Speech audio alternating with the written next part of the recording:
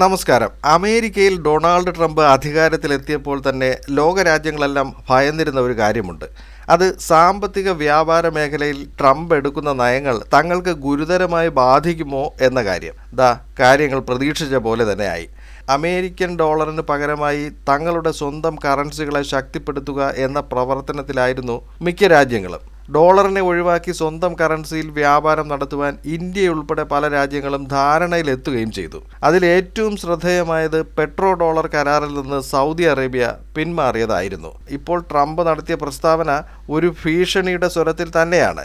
ഡോളറിൽ തൊട്ട് കളിച്ചാൽ സ്വഭാവം മാറും എന്നാണ് ട്രംപിൻ്റെ മുന്നറിയിപ്പ്. അതായത് അന്താരാഷ്ട്ര വിപണിയിൽ ഡോളറിൻ്റെ മേധാവിത്വം തടയിടുന്ന രാജ്യങ്ങളുടെ മേൽ 100% നികുതി ചുമത്തും എന്നാണ് ട്രംപിൻ്റെ മുന്നറിയിപ്പ്. അന്താരാഷ്ട്ര വിപണിയിൽ ഡോളർ ഒഴിവാക്കി സ്വന്തം കറൻസിയിൽ ഇടപാട് നടത്തുവാൻ ബ്രിക്സ് കൂട്ടായ്മയിലെ രാജ്യങ്ങൾ തീരുമാനിച്ചിരുന്നു. ഈ ബ്രിക്സ് കൂട്ടായ്മ എന്ന് പറയുന്നത് ഇന്ത്യ, ചൈന, റഷ്യ, ബ്രസീൽ, ദക്ഷിണാഫ്രിക്ക, ഇറാൻ, ഈജിപ്റ്റ്, എത്യോപ്യ, UAE എന്നിവരുടെ ഒരു കൂട്ടായ്മയാണ്. ബ്രിക്സ് രാജ്യങ്ങൾ ഡോളറിന് പകരം മറ്റു കറൻസികളെ പിന്തുണച്ചാൽ അവരുടെ ഒരു ഉൽപ്പന്നവും അമേരിക്കയിൽ വിൽക്കാൻ കഴിയില്ല എന്ന് ട്രംപ് പറഞ്ഞു കഴിഞ്ഞു.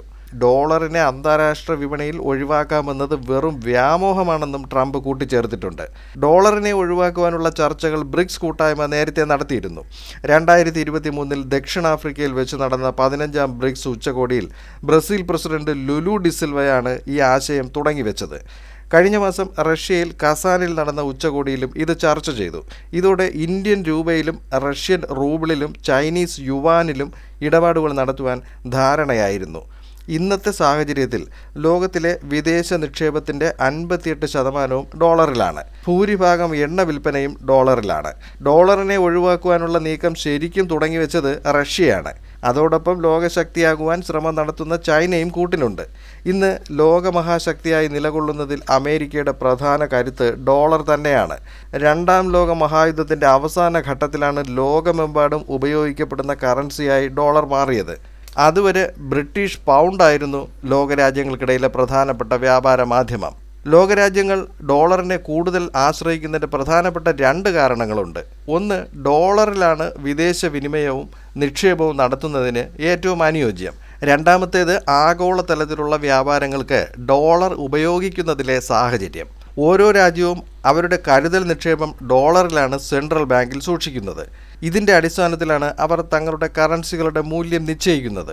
അങ്ങനെ ചെയ്യുമ്പോൾ ഓരോ രാജ്യത്തിനും അവിടെ ഉണ്ടാകുന്ന നിക്ഷേപകരിൽ ഒരു ആത്മവിശ്വാസം ഉറപ്പിക്കുവാനും സാധിക്കുന്നുണ്ട്. വിപണിയിൽ ഗവൺമെൻറ് ബോണ്ടുകളായ അമേരിക്കൻ ട്രഷറിയിൽ സമ്പാദ്യം സൂക്ഷിക്കുന്നവരാണ് മിക്ക രാജ്യങ്ങളും. മറ്റൊന്ന്, ഇന്ധനമായ എണ്ണ വിതരണം മുഴുവനും ഡോളറിനെ അടിസ്ഥാനമാക്കിയാണ് നടക്കുന്നത്. ഡോളറിൻ്റെ ഡിമാൻഡ് ഉയരുമ്പോൾ വളരെ കുറഞ്ഞ ചിലവിൽ അമേരിക്കയ്ക്ക് പണം കടമെടുക്കുവാൻ സാധിക്കും. ഇതോടെ വലിയ പലിശയില്ലാതെ നിക്ഷേപകരെ ആകർഷിക്കുവാനും അവർക്ക് കഴിയുന്നു. അങ്ങനെ ഒരു അവസ്ഥയിൽ ലോക സമ്പദ് വ്യവസ്ഥയിൽ ഡോളറിന് പകരം മറ്റ് കറൻസികളായ യൂറോ, റൂബിൾ, യെൻ തുടങ്ങിയവ ശക്തി പ്രാപിച്ചാൽ അത് അമേരിക്കയ്ക്ക് തിരിച്ചടിയാകും. ഡോളറിൻ്റെ ശക്തിയുടെ ബലത്തിലാണ് അമേരിക്ക മറ്റു രാജ്യങ്ങളുടെ മേൽ സാമ്പത്തിക ഉപരോധം ഏർപ്പെടുത്തുന്നത്. ലോക വ്യാപാരമെല്ലാം നിയന്ത്രിക്കാൻ അമേരിക്കൻ ഫെഡറൽ റിസർവ് ബാങ്കിന് കഴിയുന്നതും ഡോളറിൻ്റെ പിൻബലമാണ്. റഷ്യ ഉക്രൈനെ ആക്രമിച്ചപ്പോൾ അമേരിക്ക നടത്തിയ ഉപരോധം കാരണം റഷ്യൻ സെൻട്രൽ ബാങ്കിൻ്റെ ആസ്തികളിൽ $300 ബില്യൺ മരവിപ്പിക്കപ്പെട്ടു. ഇതോടെ റഷ്യ സാമ്പത്തികമായി കടക്കണിയിലുമായി. ഇത്തരത്തിൽ സാമ്പത്തിക ഉപരോധം കൊണ്ട് മറ്റു രാജ്യങ്ങളെ പ്രതിസന്ധിയിലാക്കുക എന്നത് അമേരിക്കയ്ക്ക് പുതിയ കാര്യമൊന്നുമല്ല. സ്വിഫ്റ്റ് കോഡ് എന്ന വാക്ക് ബാങ്കിങ്ങുമായി ബന്ധപ്പെട്ട് നിങ്ങൾ കേട്ട് കാണുമെന്ന് വിശ്വസിക്കുന്നു. ഓരോ ബാങ്കുകൾക്കും ഒരു സ്വിഫ്റ്റ് കോഡുണ്ട്.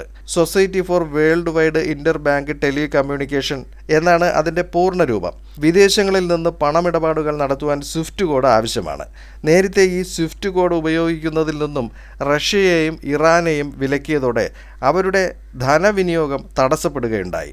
ട്രംപ് ഭീഷണി മുഴക്കിയെങ്കിലും അന്താരാഷ്ട്ര വ്യാപാരമില്ലാതെ അമേരിക്കയ്ക്ക് മുന്നോട്ട് പോകുക വലിയ ബുദ്ധിമുട്ടാണ്. പറഞ്ഞതുപോലെ 100% നികുതി ഏർപ്പെടുത്തിയാൽ അത് പിന്നീട് അമേരിക്കയിൽ തന്നെ വലിയ വിലക്കയറ്റത്തിന് ഇടയാക്കുമെന്നും വിദഗ്ധർ പറയുന്നുണ്ട്. ഇനി ഇന്ത്യയുടെ കാര്യം നോക്കിയാൽ റഷ്യ ഉക്രൈൻ യുദ്ധം തുടങ്ങിയ ശേഷം റഷ്യയിൽ നിന്ന് എണ്ണ വാങ്ങുന്നത് അത് ഇന്ത്യൻ രൂപയിൽ തന്നെ അമേരിക്ക ആ സമയത്ത് അനുമതി നൽകിയിരുന്നു. ചൈനയും അവരുടെ കറൻസിയായ യുവാനിൽ തന്നെ റഷ്യയിൽ നിന്നും എണ്ണ വാങ്ങി. എങ്കിലും എല്ലാ ഇടപാടുകളും തങ്ങളുടെ സ്വന്തം കറൻസിയിൽ തന്നെ ലോകരാജ്യങ്ങളുമായി അത്ര പെട്ടെന്ന് വ്യാപിപ്പിക്കാൻ ബ്രിക്സ് രാജ്യങ്ങളുടെ സംവിധാനങ്ങൾ ശക്തമായിരുന്നില്ല. അതിനാൽ അമേരിക്ക അത് അത്ര ഗൗരവമായി എടുത്തിരുന്നില്ല. കാരണം ഇതിനായി ഈ രാജ്യങ്ങൾക്കെല്ലാം ശക്തമായ കേന്ദ്ര ബാങ്കിങ്ങും ധനകാര്യ നയങ്ങളുമൊക്കെ രൂപപ്പെടുത്തേണ്ടിയിരുന്നു. ഇതിനിടെ ചൈന ഈ കാര്യത്തിൽ കുറെ കൂടി മുന്നോട്ട് പോയതാണ് ഇപ്പോൾ ട്രംപിനെ ചൊടിപ്പിച്ചിരിക്കുന്നത്. ഇനി ഡോളറിന്റെ മൂല്യം ഉയർന്നാലും അത് അമേരിക്കയ്ക്ക് തിരിച്ചടിയാകും. അവർക്ക് ഇറക്കുമതി വളരെ തുച്ഛമായ ചിലവ് മാത്രമാകുമെങ്കിലും കയറ്റുമതി ചിലവേറിയതാകും. അത് അവിടെ നിന്നും വിദേശത്തേക്ക് വ്യാപാരം നടത്തുന്നവരെ പ്രതിസന്ധിയിലാക്കുകയും അമേരിക്കയിൽ തൊഴിലില്ലായ്മയ്ക്ക് ഇടയാക്കുകയും ചെയ്യും. വലിയ വ്യാപാര നേട്ടമുണ്ടാക്കാൻ മറ്റു രാജ്യങ്ങളുടെ കറൻസിയുടെ മൂല്യം പിടിച്ചു നിർത്തുന്നത് തിരികെ അമേരിക്കയ്ക്കും ദോഷകരമായി ബാധിക്കും. ഡോളറിനെ അത്ര പെട്ടെന്ന് കടത്തിവെട്ടാൻ ബ്രിക്സ് രാജ്യങ്ങൾക്ക് കഴിയില്ല.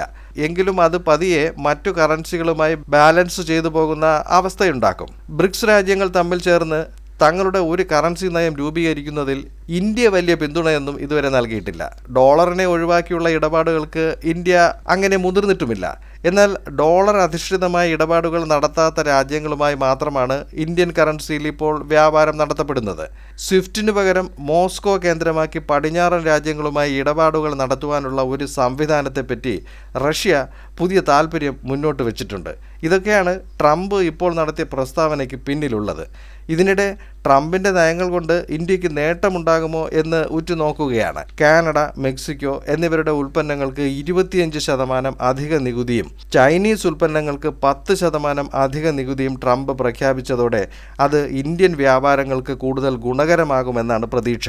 ഇന്ത്യയുടെ ഏറ്റവും വലിയ വ്യാപാര പങ്കാളിയായ അമേരിക്കൻ വിപണിയിൽ ഇത് കൂടുതൽ സാധ്യതകൾ തുറന്നു നൽകുകയാണ്. ഇപ്പോൾ പ്രതിവർഷം 19,000 കോടി ഡോളറിലധികമാണ് ഇന്ത്യ അമേരിക്ക വ്യാപാരം നടക്കുന്നത്. കയറ്റുമതിയും അമേരിക്കയിൽ നിന്നുള്ള ഇറക്കുമതിയും കഴിഞ്ഞ നാളുകളിൽ വർദ്ധിച്ചിട്ടുണ്ട്. ഇനി അത്ര പെട്ടെന്നൊന്നും മറ്റു രാജ്യങ്ങൾക്ക് ഡോളറിനെ മറികടക്കുവാൻ സാധിക്കില്ല. പക്ഷേ വിദൂര ഭാവിയിൽ അത്തരമൊരു അവസ്ഥ ഉണ്ടാകുമോ എന്ന പേടി അമേരിക്കയ്ക്കുണ്ട്. വെട്ട് 1 മുറി 2 എന്ന തരത്തിലുള്ള ട്രംപിൻ്റെ തീരുമാനങ്ങളുടെ പിന്നിലുള്ള കാര്യവും ഇതൊക്കെ തന്നെയാണ്.